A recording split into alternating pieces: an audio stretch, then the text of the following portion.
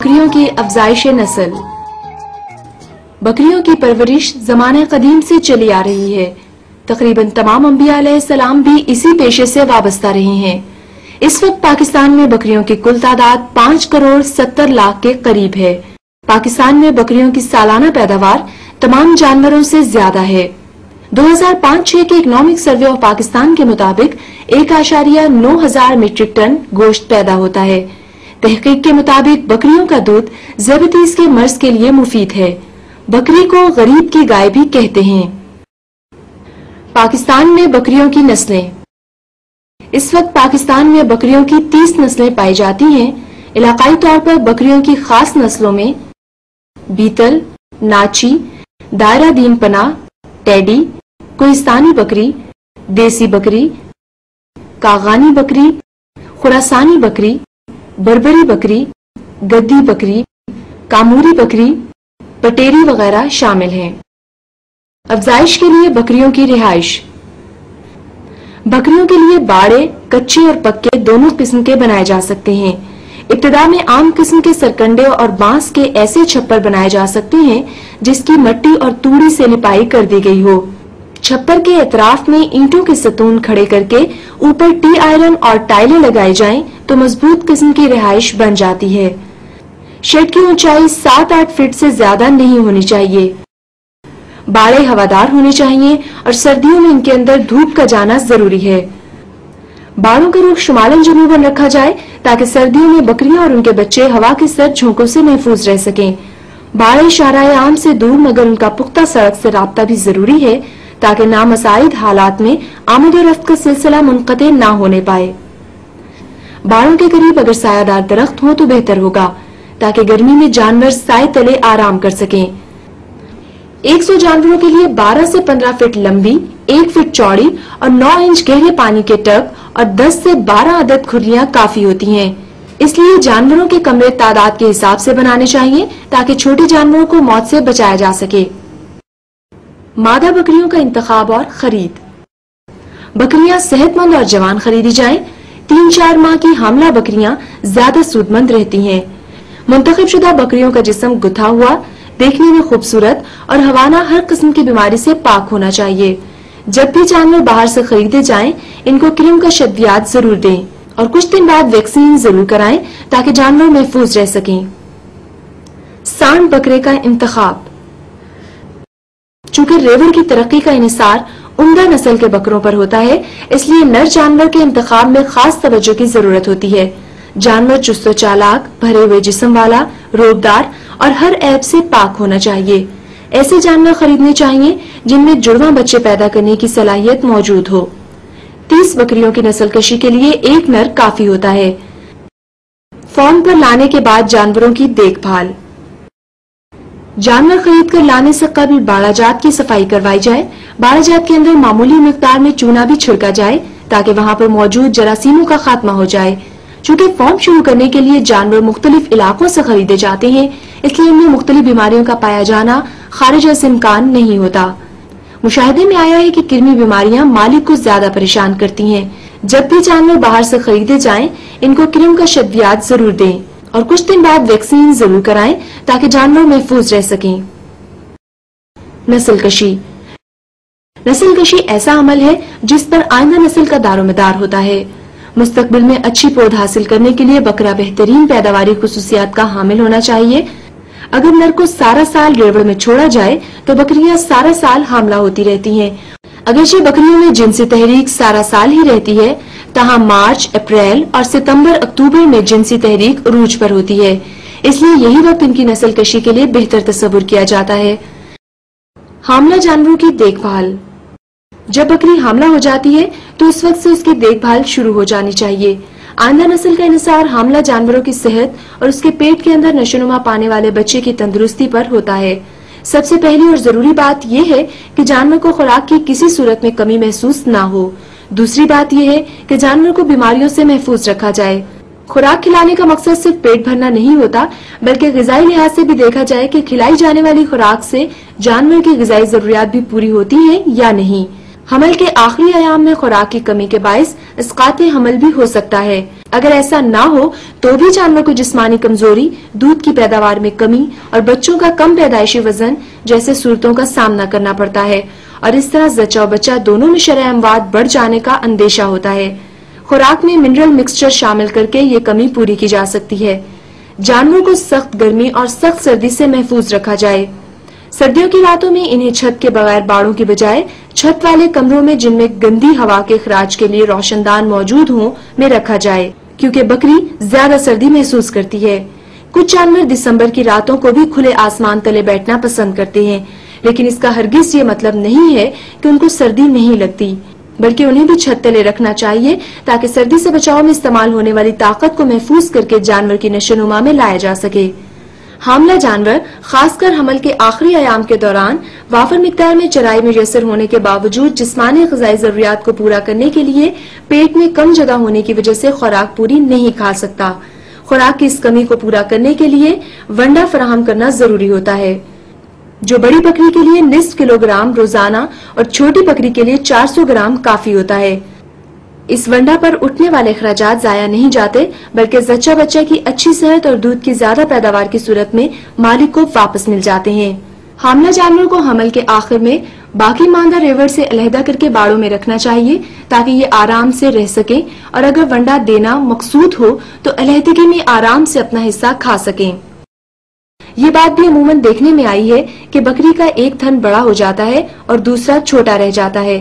اس کی دو وجوہات ہیں، ایک تو بیماری جس کا بر وقت علاج کروانا ضروری ہوتا ہے، اور دوسرے بچے کا لگاتار ایک ہی تھن سے دودھ پینا۔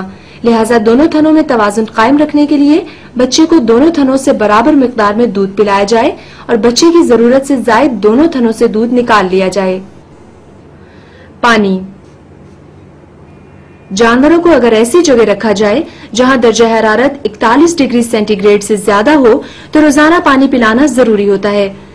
جانور جو خوراک کھا رہے ہوں اگر ان میں نمک کی مقدار زیادہ ہو تو ان کو دن میں 2 دفعہ پانی ضرور پلانا چاہیے۔ کم پانی پلانے سے جانور کم خوراک کھائیں گے، جس کی وجہ سے ان کی پیداوار بھی کم ہو جائے گی۔ ایک چھوٹے بچے کے جسم میں پانی کی مقدار عموماً 70% ہوتی ہے، جو عمر بڑھنے سے کم ہوتی جاتی ہے، لیکن یہ کبھی بھی 50% سے کم نہیں ہوتی۔